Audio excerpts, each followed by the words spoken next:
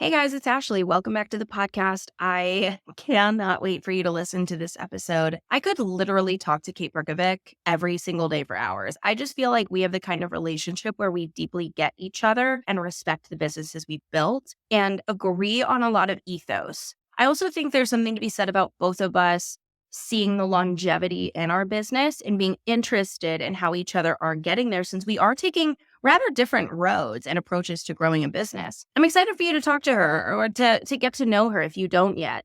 She's, one of those people that I really trust in the coaching industry. And as somebody who's very critical of the space, that means something. I've seen a lot of her results. I've seen a lot of people who come from her and say glowing things about the way that she's supporting them. And I think there's a lot of power in knowing that you have that kind of connection with people. So I'm very honored to have had her on. She's so open. She's so gracious. It's a very interesting conversation of what may appear to be two completely different brands and people. And I hope it helps you think or makes you think. And I hope it helps you kind of view business in maybe a different way. So let's begin the episode.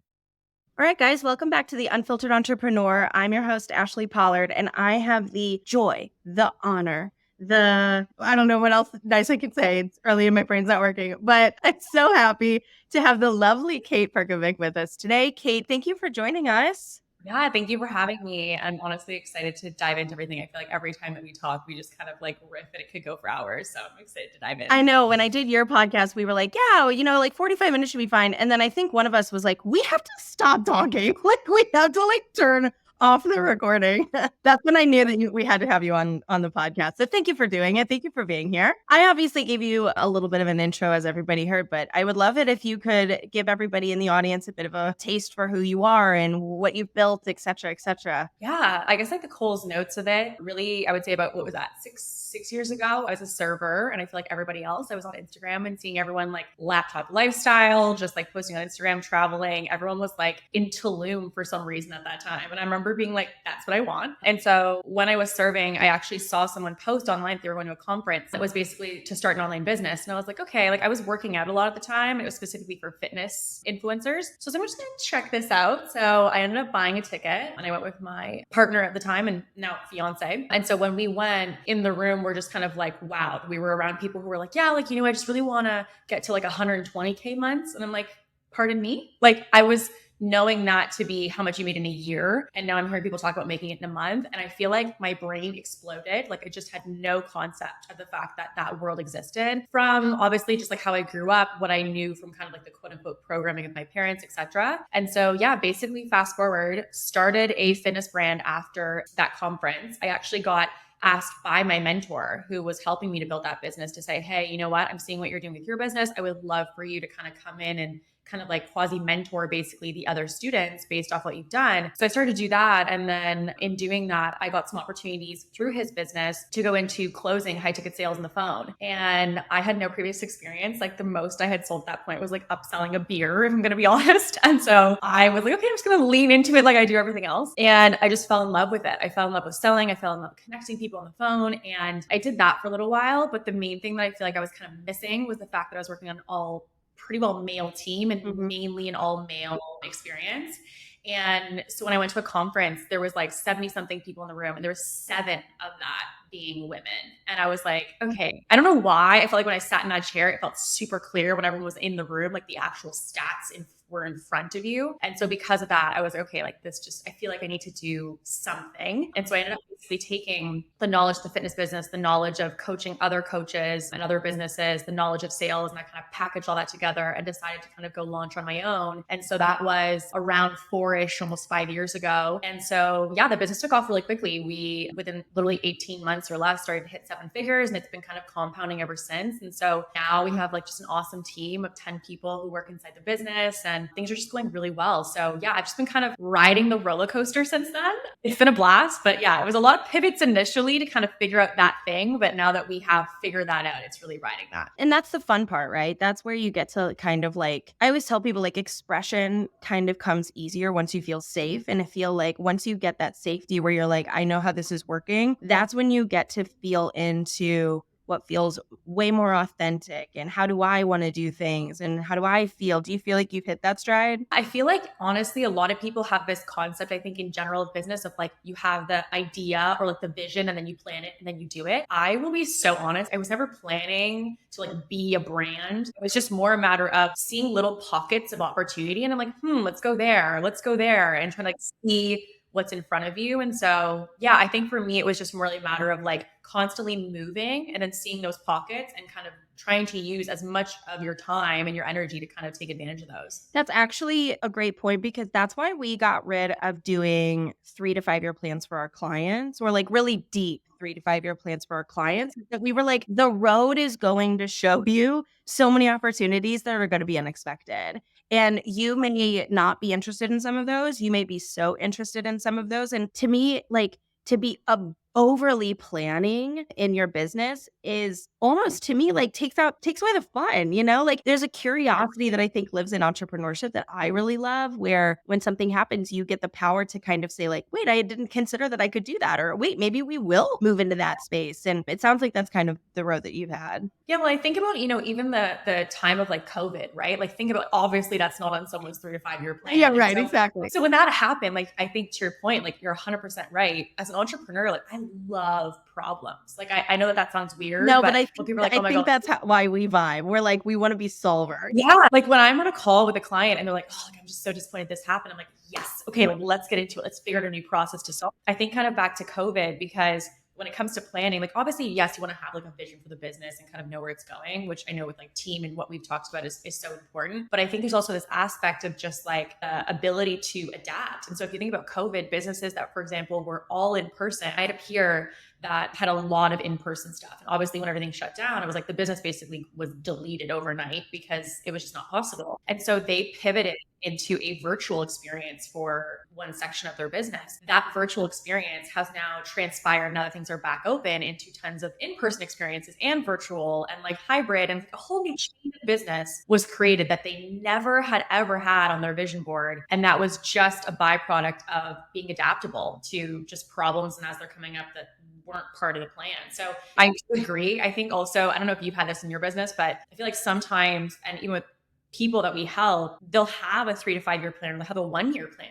And then you look back and you're like, hilarious that I thought it was going to go like that. The first financial plan that I ever did for the business, I remember I wanted to like make $1 million in that year. And so I literally remember breaking out per quarter. I'm like, okay, 250, 250, 250. Like I'm like, perfect. And I remember bringing that to my coach at the time. And he was like, how hilarious that you think you're going to make perfect amounts per month. Like that's not how that works. And so I think now, obviously like years into business, it just shows like there is obviously vision and planning in the sense of like having an idea of where you want to go obviously is important.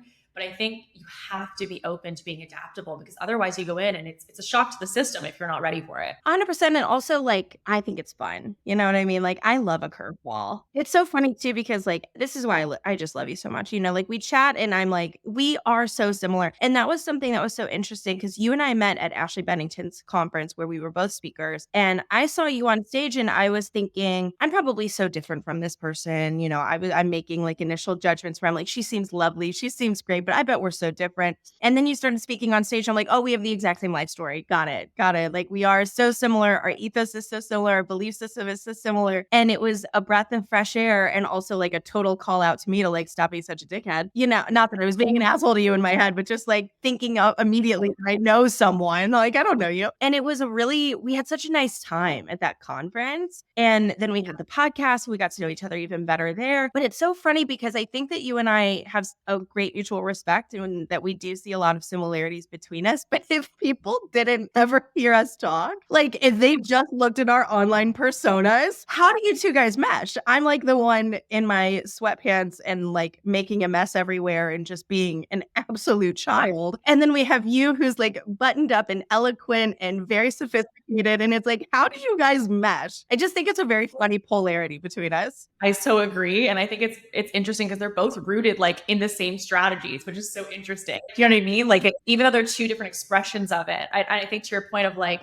I may have like been not maybe what you expected from brand. Actually, to me, the lesson of that being like, your brand says one thing, which again, kind of like also something that I'm seeing just in general in the online world is like that depth. If you do not have the depth, which is basically in turn what both of us got from seeing each other present, if you don't get that depth, you're missing such another like part of the entire experience. So I think like even for me, it's interesting because I've actually heard that from quite a few people with our brand, which is like, yeah, like I see your brand, I see how you show up, and I see how you know what I mean? Like everything's very like buttoned up. And then they'll be, in conversation with me or, kind of behind the scenes off of marketing with me and say like, wow, there's actually like a lot more here than I saw on social. And so it's actually been like a great piece of feedback for us, even as a brand, like, how can we integrate more of that? So we feel like, but the depth and the vulnerability or the humor or whatever it is behind the scenes is also being showcased on social. But I think obviously what and what you do, like the impact of your brand, like that 5 seconds of what someone sees from you is, in reality, what they know you to be unless they get that other experience. My sister and I kind of say something similar. My sister is the crunchy hippie who challenges the status quo, and they lived out of a van and like did yoga every day, like all beautiful things.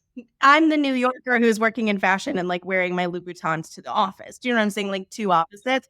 We say the same thing where it's like, it's different iterations of the exact same belief system, which is authenticity, connection, showcasing a brand that wants to call in a certain client. So to your point, like it's the exact same work, it's a different outcome. Yeah. I often talk even in just our business about like values in the sense of operating from values. I kind of think about business values or personal values, almost like inner commandments in a way. Kind of in a way, when I think about it like religion, like they tell you, here's the commandments that you live, depending obviously which your faith is, but here's the commandments of what you live by. Take what you take from that and go apply it. And I kind of feel like business is the same way. Like you can have these kind of like inner 10 commandments that both of us operate from. And I might be like, ooh, okay, I see that expression of that value in this way. So I'm going to take that and run with it. And then the same thing for you in your business. But I think it also for building a business, the insight being that the value doesn't have to look a certain way when you apply it. So for example, like transparency, vulnerability to me may mean like sharing a personal story with a highly curated photograph from a photo shoot. And for yours, it may be like on the couch. And I saw a story from you and I was like, that is incredible. It was like you're like, I have pasta sauce on my shirt, but that is not the point here. We're moving forward. That is like, it's just again, like the principle of like vulnerability and being raw, but the expression is just different. At the end of the day, translates to both audiences. It's just a different way of how we get it there. Yeah. And, I think that like coming from the fashion world, I think that I also have a little bit of an aversion to what I worked in. You know what I mean? Everything was so buttoned up. So I was like, how can we do something that felt playful? I wanted to do that so much. It's a place for me to play. But I do look at your brand and I hope I'm not like digging at you. I think you've done an incredible job. I love everything that I'm not at all. And it's all respect. And your brand online is a very beautiful and respectable brand. Like you land there and immediately you're the person who says, I trust her. I would pay her. Right. And as someone who knows you, like I could be kind of like, I could call in some coaches here and there, but you're one that I definitely put like some faith into. But, coming back to that conversation about how we're different, I do see such like a luxury around you with that word being thrown around in the online space, just like all over the place. I'm not the luxury girl.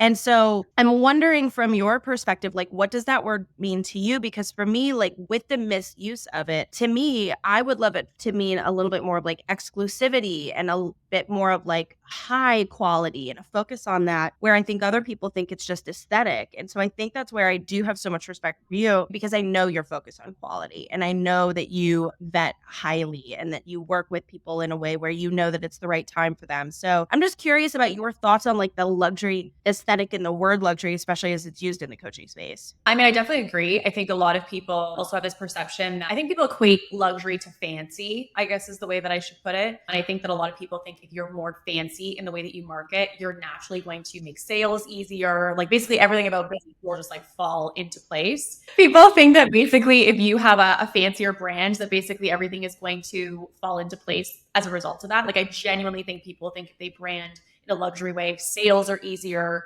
brand is easier. where clients just come to you and listen, like, luxury branding. I was just actually talking to somebody yesterday and they were saying, to make more sales, do I have to go more like fancy, more professional? And when I break down to people is like Walmart is a very successful company and it is not luxury. And you've got the Chanel's, which are also, yes, very successful company, but they are luxury. And so I think it is a spectrum and people need to realize that like, regardless of how you brand yourself, you can be a Walmart and have a booming, like $1 billion business, or you could be the Chanel. And I think how you decide that obviously is based off of somewhat, I think as a personal brand, yes, obviously who you are. Like I think some people struggle to be a quote unquote luxe brand because their own lifestyle and what they value is not that. It's like, yes, do I have like, nice bags and shoes and whatever? Sure. But I would be really honest, like most of my everyday is like Zara, if I'm going to be honest with you. Like I'm not walking around in, $6,000, $7,000 outfits. You're not? I'm not sure. And I think that is kind of like if I'm going to be honest, like an online space facade of luxury. And I think if people really understood brand strategy, what you would know is that there's basically like archetypes, categories of certain types of brands you can fall into. And so really what it means in its basic sense is that when you have a category, you have your brand and the people who consume it have a thing that they desire. So they desire community, do they desire freedom, do they desire, there's basically different things we can push on.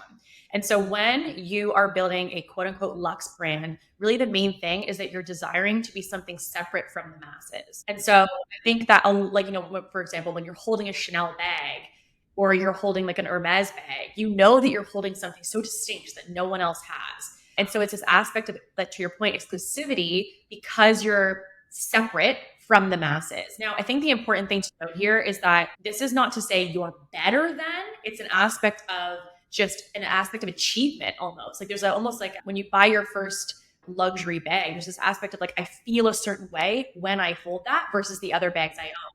And it doesn't mean anything. It's just more a matter of the emotion that's tied to it. So basically for us, how that translates to us is that we're not looking to necessarily just be fancy. We're looking to create a feeling that happens when you enter our world. So it's the same thing. You're going to go buy like a bag at the standard mall versus when you walk into certain luxe stores, the experience is different. And so another analogy that I kind of equate to, and again, this is applicable to any industry, which is kind of why I think the strategy of it is important, less of what it looks like, is like Starbucks. Starbucks now, which is like its own conversation, is like selling $8 coffees. And so the $8 coffee, at the end of the day, like I don't know if you guys like Starbucks, but Starbucks coffee is like questionable in quality. Like I've gone to like mom and pop coffee shops, way better coffee. Totally, but it's couldn't agree more. The coffee is fine, right? But it's the same everywhere, and it's convenient. Yeah, right. Like I think the thing is like there's a Dunkin' Donuts, or if you're Canadian, there's a Tim Hortons. Like you can buy a coffee for $2. But when you're buying Starbucks, to be honest, you're not buying the coffee necessarily. You're buying the experience and the feeling of what it means to hold that cup, to have that cup and what it makes you feel when you get that on a Saturday morning and you go for a walk with a girlfriend. That's what you're selling. And so I think for us, we've really tuned in with the luxe aspect of the feeling. And obviously, ideally, like Starbucks, obviously, again, depending on what you get, there is quality there. But I think the main thing of where you really hit that sweet spot, that golden nugget, is if the quality of the product matches the quality of the feeling that you're selling through the marketing. You can make those two things align, i.e. the bag you're selling is as equal to the experience of the price tag you're asking. That's where I think luxury brands really take off. And so I think that the main thing for anyone considering a luxury brand, or maybe you have one and you're kind of like, okay, like what do I do with this? Number one, ask yourself, what's the actual intention of why you made it a luxury brand? And two, do you really understand the strategy? If I told you to build a luxury brand and you couldn't just describe aesthetics, do you know how to do it? And if you don't know, and it's just like, oh, it's my image. Yes, that plays a part for sure in any brand. But I think if you don't know how to create it without the imagery or without just a color palette, then there's a lot more depth that needs to happen. Yeah, and it's so true because there's also luxury, aka expensive brands that are silly and playful and fun that don't come up in those conversations. Places like Moschino, so I think that like there's just a misunderstanding of it. And I think a lot of it stems from, I want to feel the validation that comes along with having those things. Like, what does it mean for me to be able to fly first class? What does it mean for me to be able to carry a YSL bag? What does it mean for me to be able to have, a beautiful space with nice furniture? Coming from not a ton of money myself, I know that that was the thing that pushed me when I was starting in the fashion industry at 21 was like, how can I have the rich things? Because that will make me feel like I'm not like a piece of shit. And in reality, I had to not feel like a piece of shit, not find that in all of these other things. And when I started doing the work of saying, like, what if I need absolutely nothing and I can feel great? That's when I got to feel like I could do whatever I wanted to do. And I tried the minimal aesthetic and I didn't like it for me. And that is different than saying, I don't want to be a luxury brand. Do you know what I'm saying? Yeah. And I think to your point as well of like the expensive versus luxury, another example I think of that is like the Stanley Cup. That is the $50 water bottle that everyone is normalizing buying. That is an expensive within the market product, but it's not necessarily a luxury product. And so I really do agree. I think that it comes down to, yeah, just understanding, I think, of the business strategy side of it and knowing these different categories, knowing the different approaches. And I think what's tough is that in an online world, if you don't have that depth and say you're someone who's even newer in business, you're kind of just seeing, okay, she takes pretty photos. So I guess I take pretty photos and I post pretty photos. And then that makes me X. It's tough for most people coming in because even for myself, coming into this, I wouldn't have known that. I would have just thought, okay, I guess I book a photo shoot and then that makes me a brand, right? So I think it definitely is also something clarity wise that comes over time as well. But you have a point there because I think that a lot of people think, especially with the oversaturation of the word luxury, if there's so much luxury photography that looks the same, it's not luxury anymore. The exclusivity and the innovation of it and the quality at its core is the thing. I would also argue legacy, right? The continuation over a large span of time. However, I think that with the saturation of the word luxury, there's been a concern for me, at least, that people don't understand, like, to your point about Walmart is profiting more than almost any luxury business in the market. Like, you can make so much money with a volume business. And I think what I started to realize is that the pressure of one-to-one work and the way that I would need to deliver and give an ROI and how do I charge against that with the 11 years of experience that I have in business development with all of these major brands, I couldn't find a way to charge for my time, promise an ROI, deliver these high quality goods in a way that was profitable for the business. For me, the pressure was too much. I was not able to sustain that business and feel mentally okay. And I had to give myself permission to be the Zara. And that's what we've kind of committed to being affordable, innovative in our own way. But it's a way that we can let everybody play here and you can have Zara and Chanel, right? I don't want anyone to think that they have to choose between Chanel and Hermes with us. It's not us or someone, it's us and someone. And the way that we get to do that is so much more playful and it allows me a lot more space. And I think there's also a part of this message that I'm trying to get across that like it's also about honoring your personal vibes. There's no better way to say it. Like what you are personally feeling connected to, the way that you feel comfortable showing up, what your comfort level is.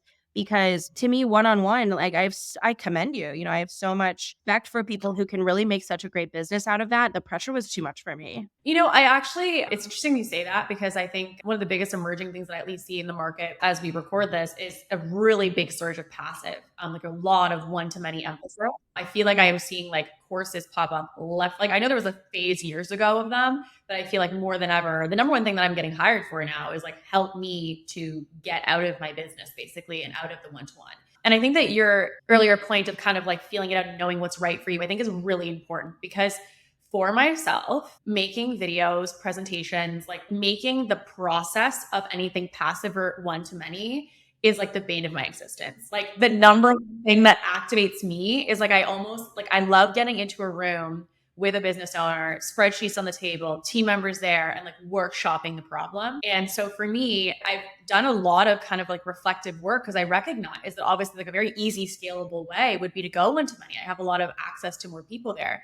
But I think the thing that I've realized, at least for my business, was the fact that, like, to your point, you have to honor like what lights you up.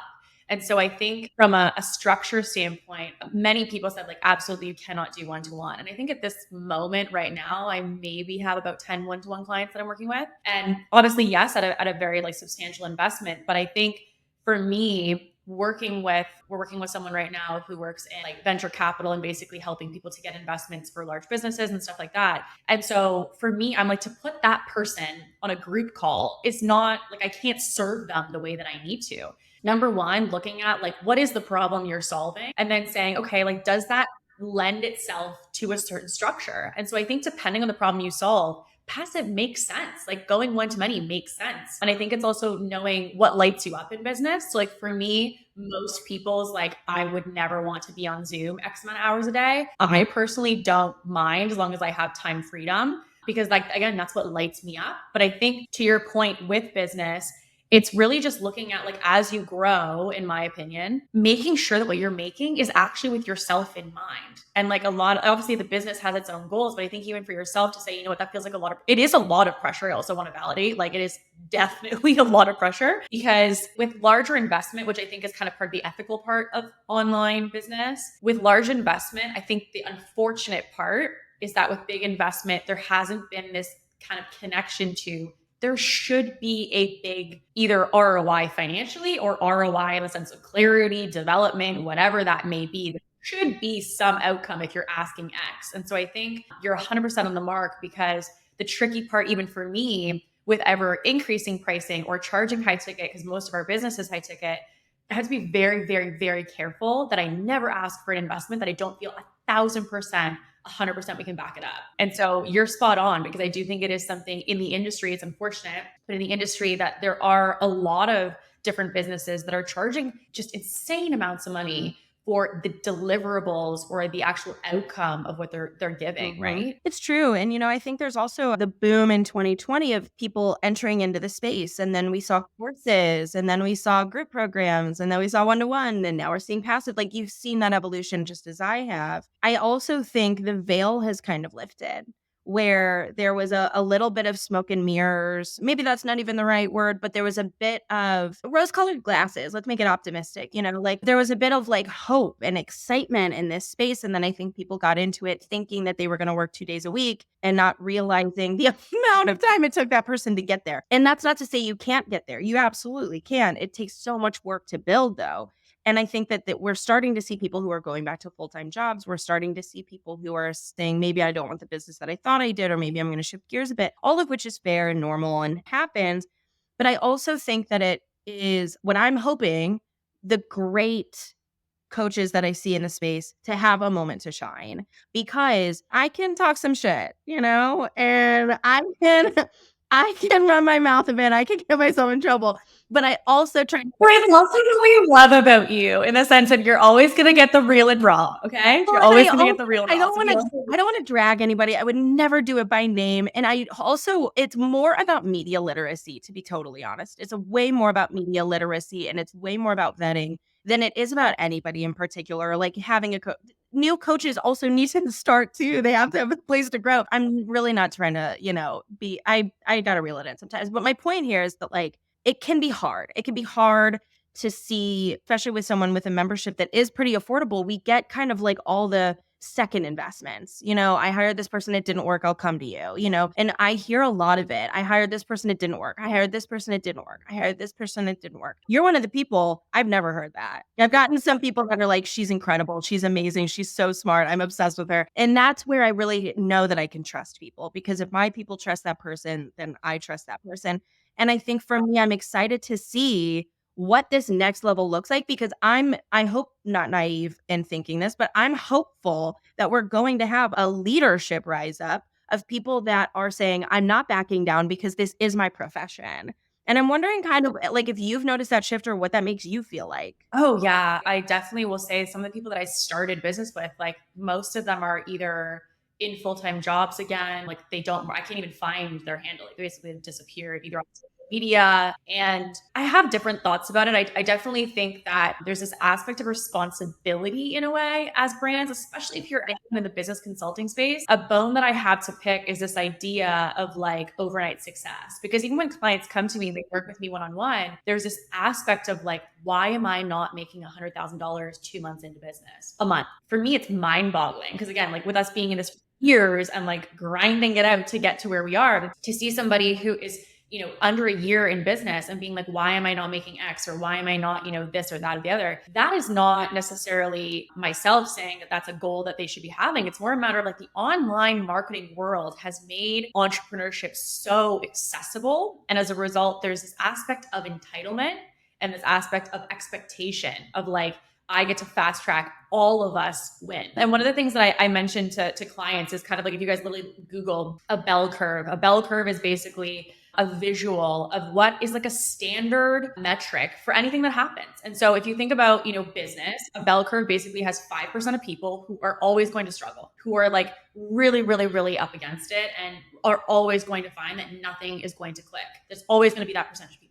There's also always going to be the percentage of people who are 5% who crush it, who you feel like they're able to just kill everything that they touch, and it's always something that works out for them. But to me, I honestly don't care about the top and I don't care about the bottom. I care about the average in the middle. And so it's like, how are they doing?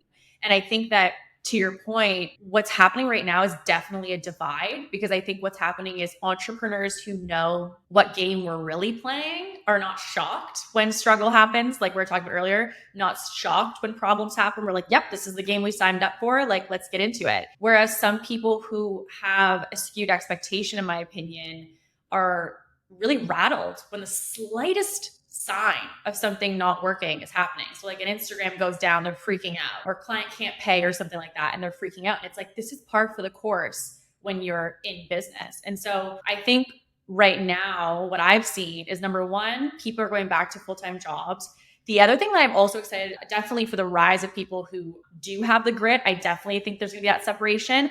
But I think the other kind of like side portion to this, which is I'm really excited for, is the people like, okay, so say either of us, both of us are in business, and say we realize, you're a genius at marketing, you're a genius at branding, and you just have so much business acumen that you're like, okay, you know what? I definitely love this, but I don't like marketing myself and I don't like selling myself. To have an Ashley as a number two, to have a Kate as a number two, oh my God, the opportunity you would have if someone was able to hire one of us to work in their business. I think that is something I'm really excited for, because I know a lot of business owners who are so fantastic at what they do in a sense of delivery and like transformation, but they really struggle to be a brand and to market themselves and to kind of use that to generate sales in some way, that they're not obsessed with it.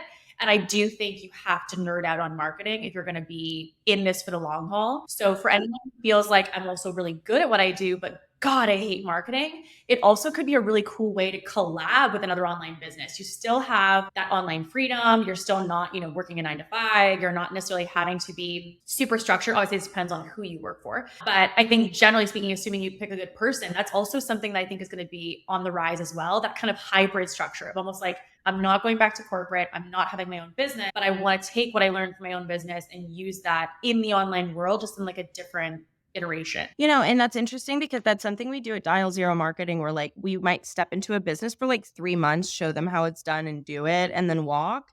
And I like hearing it not from a marketing agency perspective, but from like a fellow coach perspective, or like a fellow service provider perspective. It's something I talk a lot about in the doers also, where it's like not even necessarily the marketing, but like some of y'all got to hire CEOs. Some of y'all got to hire someone to say, here's the road. We're going to see it through. I'm going to take 10% of the earnings as well as a bit of a monthly stipend, whatever it is, and let that person guide it. Because if you want to stay in the copy, if you want to stay in the design, if you want to stay in the work, that's fair. But somebody does have to guide the ship, especially if you want that freedom, especially if you want that big business. Give it to someone else, like that's possible.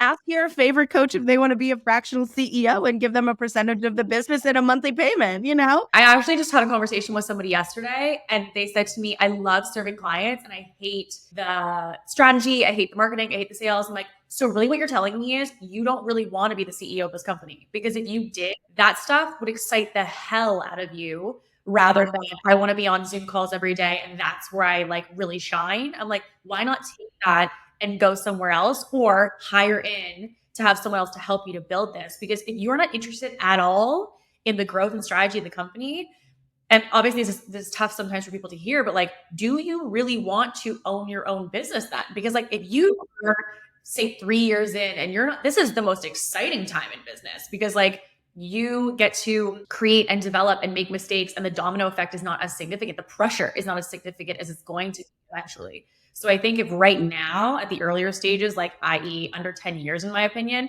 you're not excited as hell about those problems, then you definitely need to be looking, like you're saying, at potentially hiring someone or like shifting the model. That's where I'm really craving a separation, or at least an understanding or a baseline education. And anytime I notice these pockets, it ends up being like the next thing we talk about. And I'm trying to have this conversation a bit, is that like we have to understand the difference between a founder, a CEO, a CMO.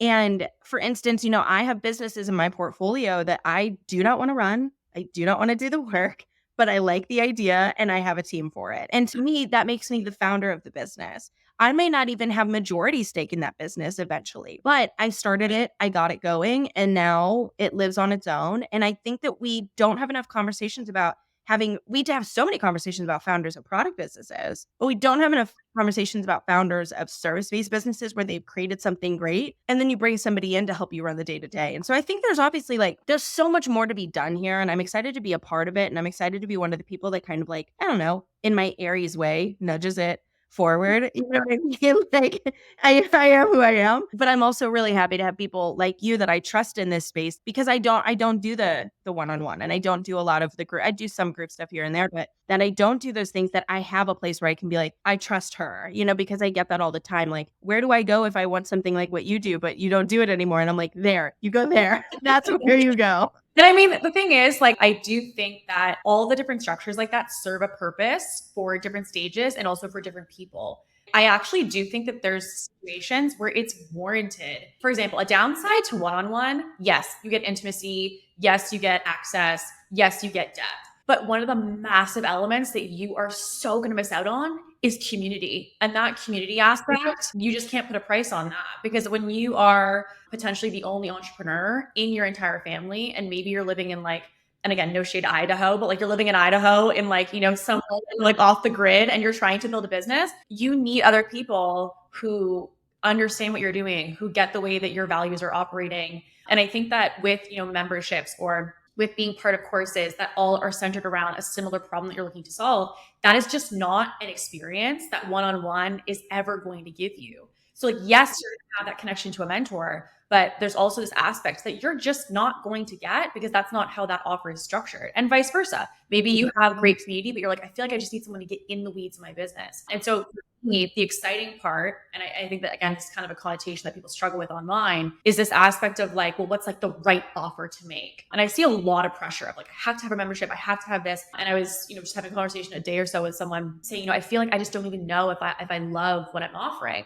And at the end of the day, I think you have to be in love with the process of how you're operating the business, in the sense of if you love creation, make a freaking course. If you love making modules and worksheets, you nerd out on that, do that.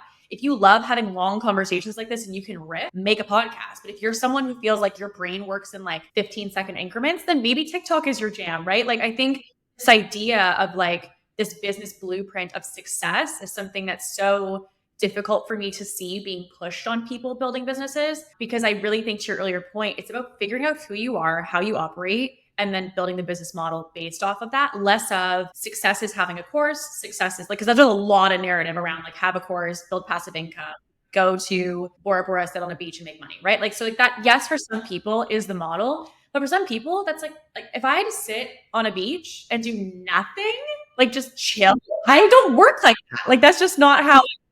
And so I think it's kind of knowing yourself. To me, the deep personal development journey that happens in entrepreneurship is honestly one of the most impactful skills that will impact the business, because the clarity of who you are will give you clarity of the decisions you make that ultimately will give you clarity of the business. Yeah, you're spot on. It's something that I say all the time is hire a therapist before you hire anything, because there is so much that triggers you in business, and there's so much that comes up. There's so much early developmental things that come up in entrepreneurship, or high school recollections, or college, whatever it is. There's so much of life's hardest moments come up in entrepreneurship in such wild ways. But something that you mentioned is something that I say often to the doers. And I don't know if I really say this much forward facing, but I tell people you cannot fall in love with the best parts of your work.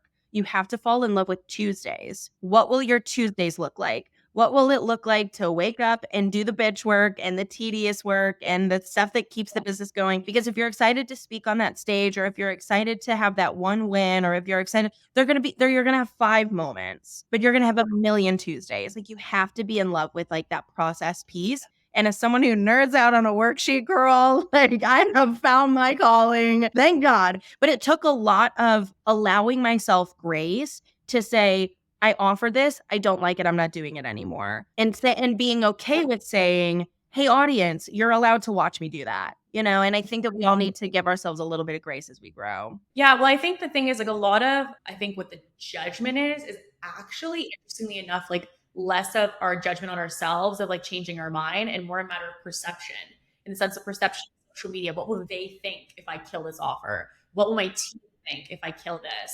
And so for us, one of the big values that we kind of emphasize within our team and just within our business is like transparency, in the sense of, yeah, like, I fucked up. Like, I don't want to do that. Like, I changed it. Like, I'm canceling launch. I am, cutting that offer. I thought I wanted to make that. And yes, we put resources into it. But after going through, we just realized it's not the right path. And I think that while we feel like making those changes is like catastrophic to anything, I think the main thing that I've taken away from it is it shows, as a leader and as a brand, the fact that you're living your truth.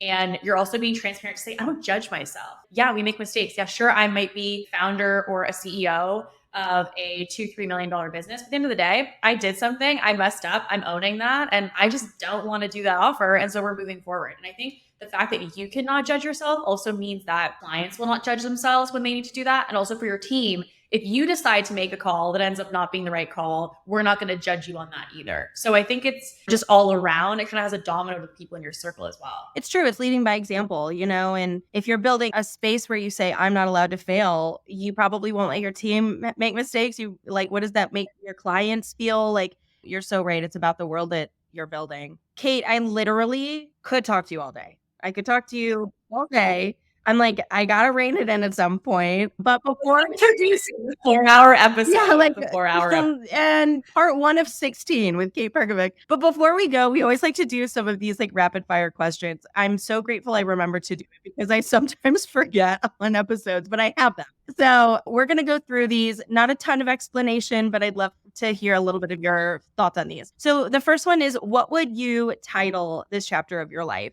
I think probably expansion. The reason I say that is I think expanding outside of what we know to be quote unquote normal. And I think for me this year, which is really exciting, I'm getting married. And I think it's really made me go internal as to kind of like, what the next chapter is going to look like. And so as a result, kind of to your point of the next chapter, I obviously want to hopefully start a family and things like that. And so I think it's been really expanding the mindset of like, what does entrepreneurship look like? What does that mean as a woman? Being, CEO of a company, but also potentially being a mom and wanting to be a good wife, etc. And so I think that kind of like identity piece is also expanding as to what was earlier, honestly, like me and him living our lives, and me just like doing business, him doing his stuff, at the end of the day, connecting, and that's that. So I think it's expansion of identity for me. And then also expansion of just kind of to our earlier point of like seeing what's going on in the online world and just seeing so much development happen so quickly. I think that a lot of expansion into new areas, new opportunities. You're just moving and shifting. So I like to keep my pulse on it and just see where it goes. You'll have to keep us posted. You'll have to come back, obviously, but like, you'll have to keep us posted. Anytime. Second question, what is a mistake you've made recently, and what did it teach you? Yeah, this one's pretty fresh. I went to. You don't have to go there if you don't want to go there. No, I recently made an investment, and it's actually like we started this whole thing probably I would say about 9 months ago. I think my takeaway has been that when you first start your business, and I'm sure the same thing for you, there's this whole like connotation and Instagram quotes and etc. of like messy action, and I think messy action is fantastic, and it so has a place in business.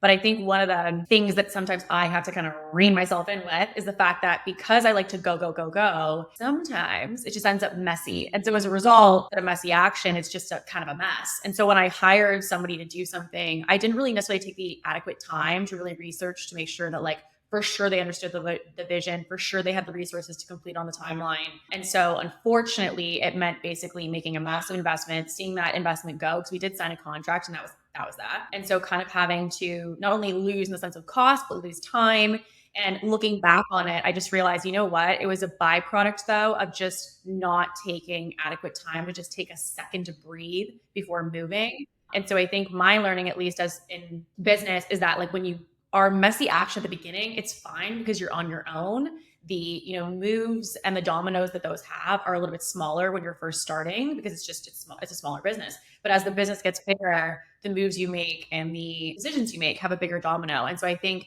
this was such an eye-opening experience for me of like, as much as obviously both of us love to move fast, I also have this aspect of kind of that mindset of like, I gotta slow down for a second, because I think if I don't, it could cost you money and it can cost you time. Out of solidarity, I would say that that's exactly my answer for me. I recently had the exact same situation. And I know it's rapid fire, but like I did the exact same thing and I'm a messy mover. I'm like, let's go. And I outsourced to an agency for some work that I really desperately needed support on.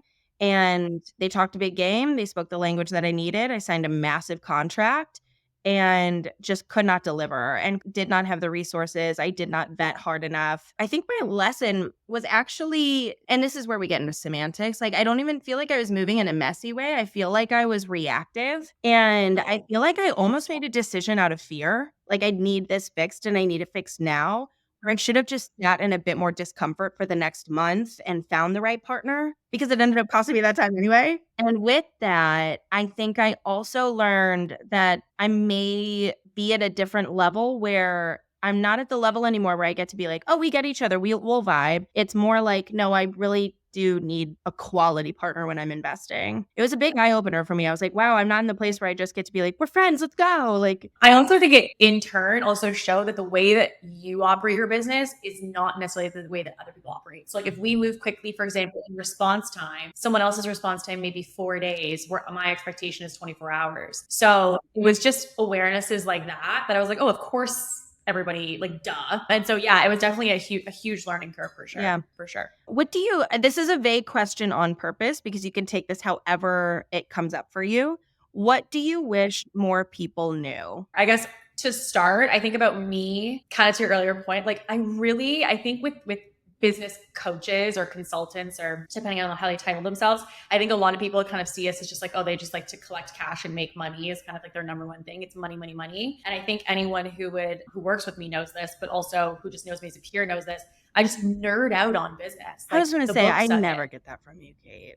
Yeah. But I mean, in general, like I don't get that. Yeah. But I understand. Yeah. And so I think like, for me, I really nerd out on data. Like you said with spreadsheets, I'm like, oh yeah, like me, a glass of wine, a spreadsheet. Like I'm just like, I nerd out on it. And so I think some people think, is it just marketing and sales? But I think for me, one of the things that I love business and I love the problems that we solve. And it kind of feels like a constant Rubik's Cube that's changing. And so it keeps you on your toes every single day. And something that obviously is about me for anyone listening. One of the biggest things that comes forward, I think, for business is kind of this thing we talk about in some of our offers, which is that business is not easy in the sense that it's hard work and it is a lot of effort and it is grit. But I also would want people to know that business is not complicated. And I think the two are very distinctly different.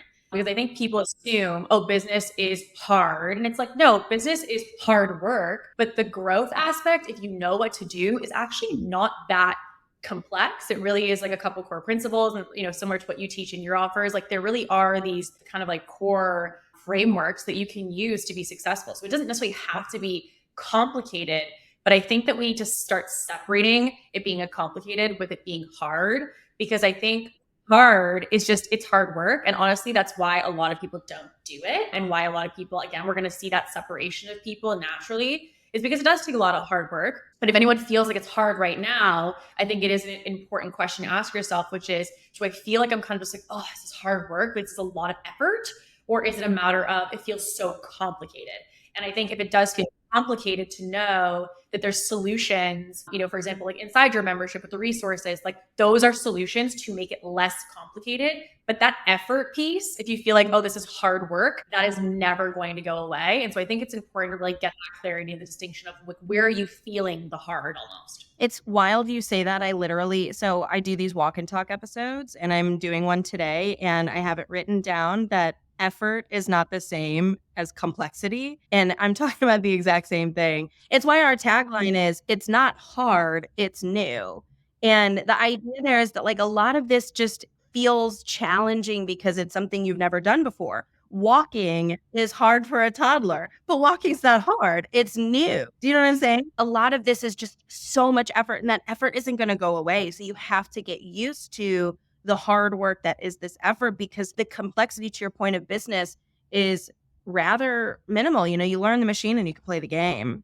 Again, I got to shut my mouth on these rapid fire. I'm missing the point on rapid fire questions. But Kate, you just fire me up. We've changed the rapid fire structure. Yeah, We've changed it. Now it's just interview questions. Okay, the next one. If you could have known anything you know now when you started your business, what do you think? What do you wish it was? Easy. Building $1 million business or a multiple $1 million business does not make you a multimillionaire. I don't know. I need it on a sweater. I need it on a banner. I need it for everyone to know, because I think when I started my business, I was like, 7 figures. Here we go. And I remember hitting 7 figures, and then the taxes, and then the team, and then the investments you make. I think that the unfortunate part for people who are starting their business today is that, number one, I don't think people understand the difference between revenue versus take home for the owner of, who's running it.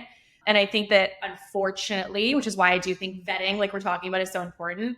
You need to ask somebody, like, does your business make $1 million or multiple millions, or do you make multiple millions? Because I see these verbiage of like, how I became a millionaire, but I'm like, no. Your business makes multiple millions. You don't have multiple millions in assets, which is technically what the definition of a millionaire would be. And so, like, for example, for myself, I'm not a millionaire. I have a multi-million-dollar business, and it does very well, but I myself am not a millionaire. And so I think for me, when I started, it was kind of just this like shiny object syndrome of seeing that. And I think it's important for people to know. And the other thing that's just kind of coming through for me too is, honestly, like, operating your business like a glass house, like really just looking at, if I say what I say in marketing, if I do what I do in calls, the way you operate it. And I think, why obviously I love connecting with Ashley and I love connecting with, others in our peer group, is I think when you find other people who don't only market one way, but who actually operate that way inside the machine, it's unfortunate, but it is rare to find. And so I think that the lesson that I would want people to know is, if you can maintain that what you market, what you sell, what you brand is who you are, it's how you operate, it's what they'll get when they're in, there's no difference between the two sides, you will be wildly successful in business. Because, as to your point, with some other brands and some other businesses, there's this like kind of either great marketing, crap product, or crap marketing, no one comes in, but great product. And so there's always this disconnect. And so if you can have great marketing and also have a great product, oh my God, what will happen to your business? I think having that kind of assessment of like, am I not great at marketing, but I have this good offer? That's not a good situation to be in. And also, if you have great marketing and your offer is crap, you're cannibalizing your business every single day that you don't, really up your delivery in it. Absolutely. Kate, anything else you'd like to share with us? Honestly, no, just thanks for having me. And I feel like the time flew by. I feel like it felt like 20 minutes, and now here we are. Wow. Yeah. I mean, obviously it's always just good for us to dive in. And I feel like the time flies. Like it feels like nothing to me. You know what I mean? Every time. I'm so happy to see you. You look great. You look radiant. You look happy. Thank you so much for giving me the time. Truly. Thanks for having me. Absolutely. Guys, we'll catch you next time on another episode of The Unfiltered Entrepreneur. And Kate, I hope to have you back sometime. Awesome. Thank you guys for listening.